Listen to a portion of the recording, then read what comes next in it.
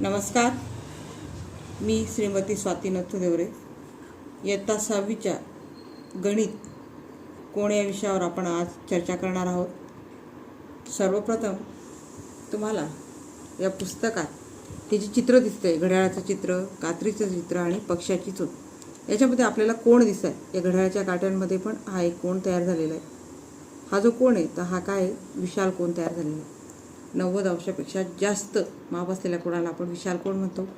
तसं ही जी कात्री आहे, या कात्रीमध्ये बी इथे कोण तयार झाला आहे, इथं तयार झालेला आहे, इथे एक कोण तयार झाला आहे, इथे एक कोण तयार झालेला आहे.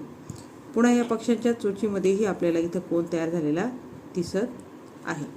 हाही लघुकोण आहे. या कात्रीमध्येही जे कोण तयार झालेले हेही लघुकोण आपल्याला इथे दिसत आहे.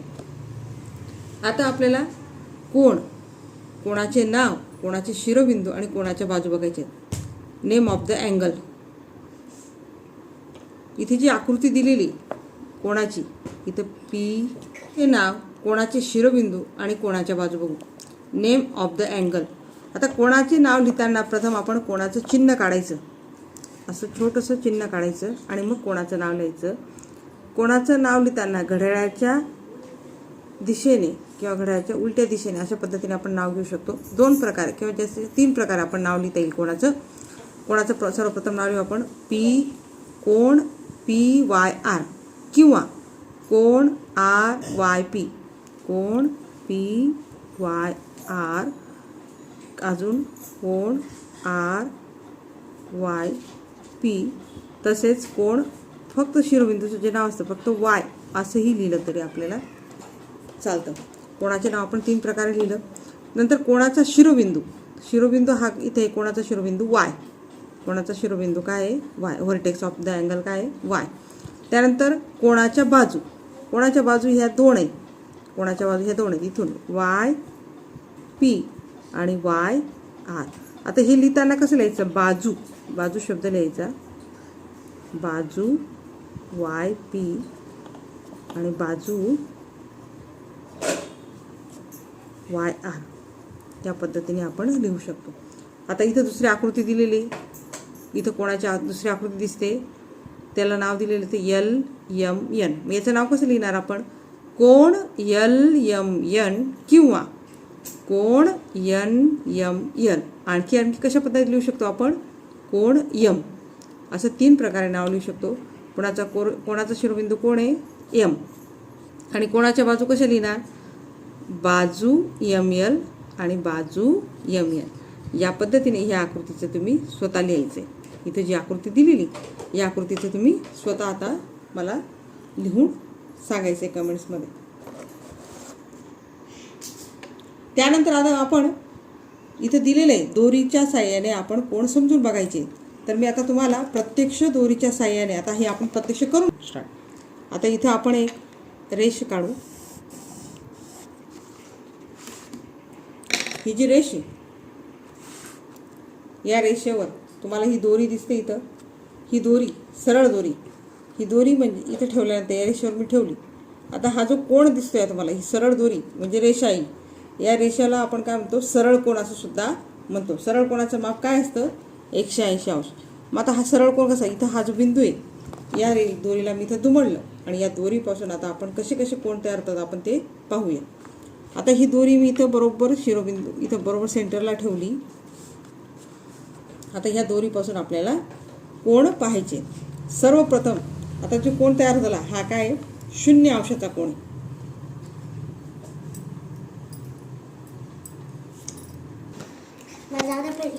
हा 0 अंशाचा कोण, 0 अंशाचा कोण. आता यानंतर ही जी दोरी मी हळूहळू अशी बाजूला केली. आता जो कोण तयार झाला हा झाला लघुकोण.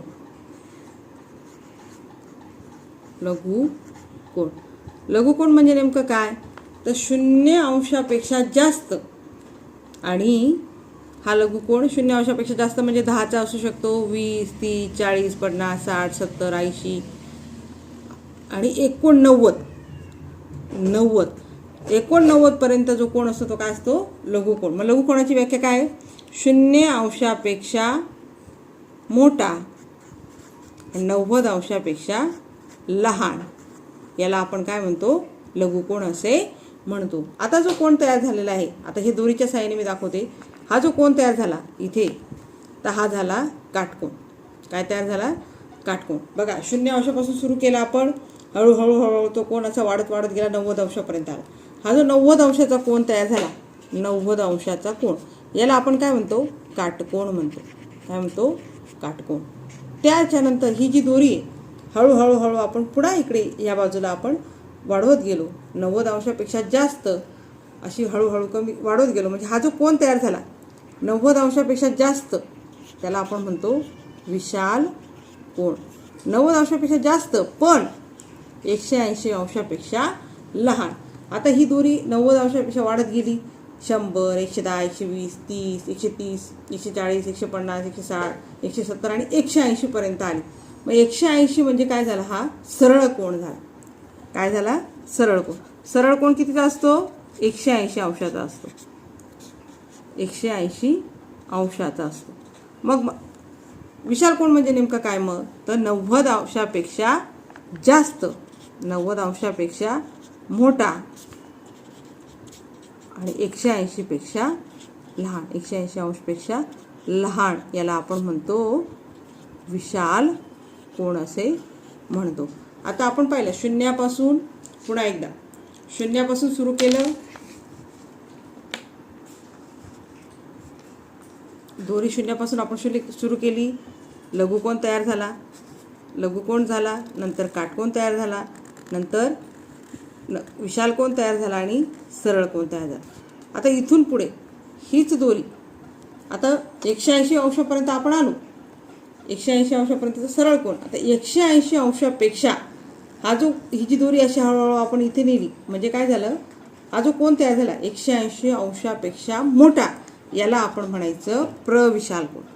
काय म्हणायचं, प्रविशाल कोण. याचं माप काय सांगितलं मी, 180 अंशापेक्षा मोठा, 180 अंशापेक्षा मोठा, याला आपण काय म्हणतो, प्रविशाल कोण असे म्हणतो. आणि हा कोण इथून असा पूर्ण इथं 360. आता हे 360 कसं काय झालं बघा, इथंपर्यंत काय आली सरळ दोरी, ही 180 अंशाची आहे. इथून सुरू झाली इथंपर्यंत ती 180 अंश आली, म्हणजे हा सरळ कोण 180 अंश. पुन्हा ही दोरी अशी पूर्ण फिरून पुन्हा इथपर्यंत सरळ, इथपर्यंत पूर्ण अर्ध गोल फिरली, म्हणून काय झालं 180 अंश अधिक 180 अंश 360 अंश झाली. म्हणजे हा जो 360 अंशाला इथं हा कोण परत टच झाला, तर हा झाला 360 अंशाचा पूर्ण कोण झाला, पूर्ण कोण झाला. तर आपण दोरीच्या साहाय्याने कोणाचे प्रकार इथे अभ्यासलेले आहेत. आता आपण मगाशी दोरीच्या साहाय्याने पाहिलं, आता इथं मी या 2 काळीपेटीच्या काड्या इथे घेतलेल्या आहेत. बघा आता ही काळीपेटीची एक काडी, याच्यावर मी हा कोण इथे ही काडी ठेवली, हा झाला 0 अंशाचा कोण, 0 अंशाचा कोण झाला. आता हा जो कोण तयार झाला इथे या काड्यांच्या साहाय्याने, हा जो कोण तयार झाला, तर हा काय झाला, लघुकोण इथे आपल्याला तयार झालेला दिसतोय. मग लघुकोणाची व्याख्या मी तुम्हाला मगाशी सांगितली, 0 अंशापेक्षा मोठा आणि 90 अंशापेक्षा लहान. 90 अंशाचे इथं आपल्याला तयार होतं, 90 अंशापेक्षा लहान. बघा मी ते रेषा काढून दाखवून तुम्हाला सरळ.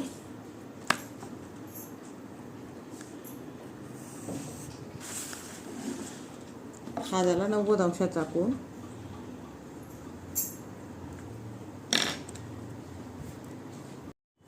हा सर्वप्रथम आपल्याला दिसतोय 0 अंशाचा कोण, 0 अंशाचा कोण. आणि नंतर ही स्टिक मी अशी, म्हणजे ही काडी आपण अशी जोडली. आता हा झाला लघुकोण, म्हणजे काय 90 अंशाच्या कोणापेक्षा लहान आणि 0 अंशाच्या कोणापेक्षा मोठा, हा लघुकोण झाला. नंतर ही स्टिक मी बरोबर या सरळ रेषेवर ठेवली. आता काय तयार झाला, काटकोण. इथं दिसतंय काटकोणाचं माप काय सांगितलं तुम्हाला मी, 90 अंश सांगितलं. काटकोणाचं माप काय, काटकोणाचं माप काय 90 अंश. लघुकोणाचं काय सांगितलं, 0 अंशापेक्षा मोठा आणि 90 अंशापेक्षा लहान. त्याच्यानंतर ही स्टिक आपण हळूहळू हळूहळू अशी मोठी करत गेलो, अशी वाढवत गेलो. आता जो कोण तयार झाला, हा झाला विशाल कोण. आता विशाल कोणाचं माप तुम्हाला लक्षात येते का? 90 अंशाचा जो काटकोन आहे त्याच्यापेक्षा मोठा आहे आणि इथं जी सरळ कोणाची इथं रेष दिसते या सरळ कोणापेक्षा काय आहे तो लहान आहे. 90 अंशापेक्षा मोठा आणि सरळ कोण म्हणजे 180 अंशापेक्षा लहान कोणाला आपण काय म्हणतो? विशाल कोण असे म्हणतो. आता हा विशाल कोण मग किती अंशाचा असेल? 110, 120, 130, 140, 150, 160, 170 आणि 179 पर्यंत तो काय असेल? विशाल कोण असेल. आणि 180ला जो कोण तयार होईल 180 अंशाला तो सरळ कोण तयार होईल. बघा आता जो कोण तयार झालेला आहे काड्यांपासून, बघा अशी आपण दोरीच्या साहाय्याने पाहिलं तसं आता काड्यांच्या साहाय्यानेही मी तुम्हाला समजून सांगते की हा जो कोण तयार झाला हा सरळ कोण झाला. आता हा सरळ कोणाचं माप किती सांगितलं मी? 180 अंश.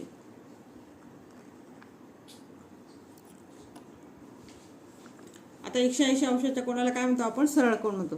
त्याच्यानंतर 180 अंशापेक्षा हा जो कोण आता पुढे मोठा वाढवला मी, म्हणजे 180 पेक्षा हा असा खाली वाढला, तर आता जो कोण तयार झाला 0 पासून 90, 180 आणि त्याच्याही पेक्षा जास्त जे माप आलं त्याला म्हणतो आपण प्रविशाल कोण. प्रविशाल कोण म्हणजे नेमका काय? तर 180 अंशापेक्षा मोठ्या कोणाला आपण काय म्हणतो? प्रविशाल कोण असे म्हणतो. त्याच्यानंतर हा पूर्ण कोण असा गोल फिरून सरळ गोल फिरून पुन्हा इथंपर्यंत आला आणि तो तयार झाला पूर्ण कोण. याचं माप झालं असं पूर्ण फिरून आला, याचं माप झालं 360 अंश. याला म्हणतो आपण पूर्ण कोण. याच्यावरनं मी दोरीच्या साहाय्याने आणि काड्यांच्या साहाय्याने तुम्हाला कोणाचे प्रकार इथे समजावून सांगितलेले आहेत. त्याच्यानंतर आपण सराव संच 2 पुढील व्हिडिओमध्ये बघू.